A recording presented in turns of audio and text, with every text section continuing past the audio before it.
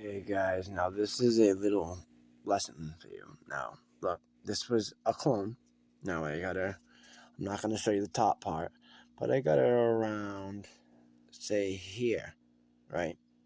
Around this height, stopping right about where this leaf is, right here.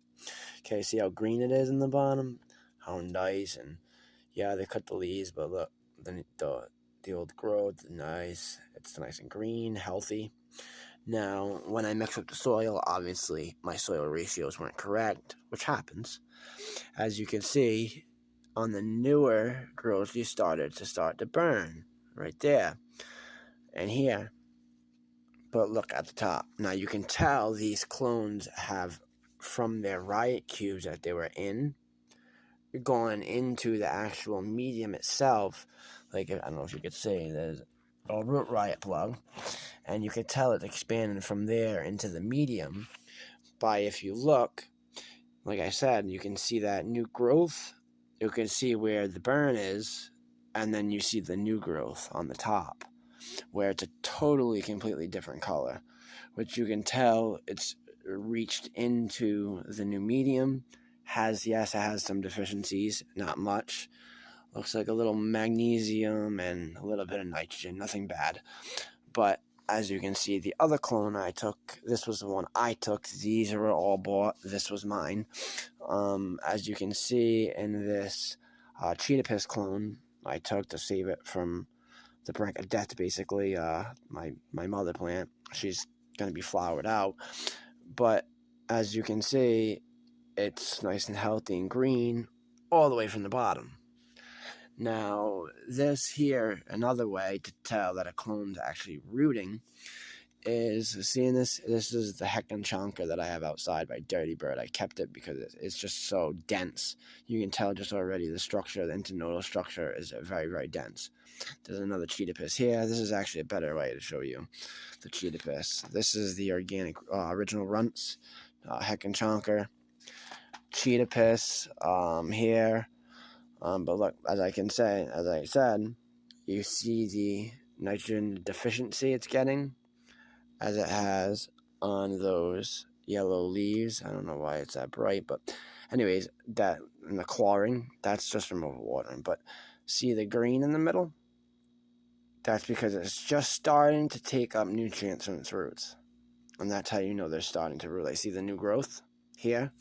See the new growth there compared to the old. Now this looked like it was dying, legitimately from the brink of death.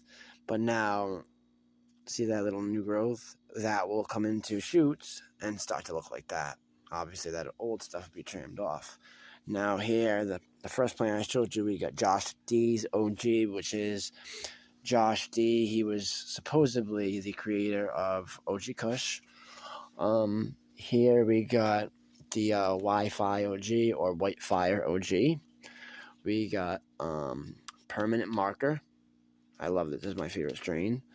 We got, I believe this is Florida. No, this is I-95, which is also another Kush leaner.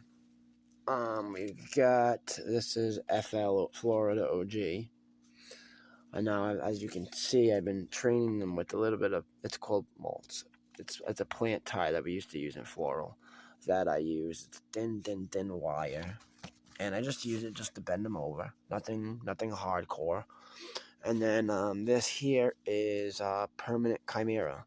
Now, I don't know which pheno that is. This week I am getting pheno number 3, along with some others, blue cookies, watermelon, something or the other. And there's a couple more coming. But I also got here, which I threw her into actual, if you guys want to see a root ball, look at this. Legitimately overtook the hydroton inside of the soil. And yes, I know the roots are a little bit brown, but she's getting transplanted and she's a nice and healthy girl. But I kept her. She was not a clone. She was a seed. This is, I don't know if it's either Capulator's Miracle Grow, or it is, I think it's Tahoe OG Kush by Cali Connection. That's what I'm pretty sure. Now I'm doing the double cup method on this one. I also have a friend that just sent me in some awesome genetics. Skunk number 1 by, I believe it's Afghani. He has another cross that a Ghost OG. I'm gonna post that up, but guys, stay tuned. Like I said, the Niners, that Indica Dominant strain, she's doing very, very well, as you can tell. Very, very well. And also, this is the Chemtrails, which is topped and multiple times, so she can slow down to catch up to her. I also lowered her a little bit, so now they're at the same canopy height. So when I do end up flipping in about, I don't know, maybe a week and a half, just these two, she'll be ready.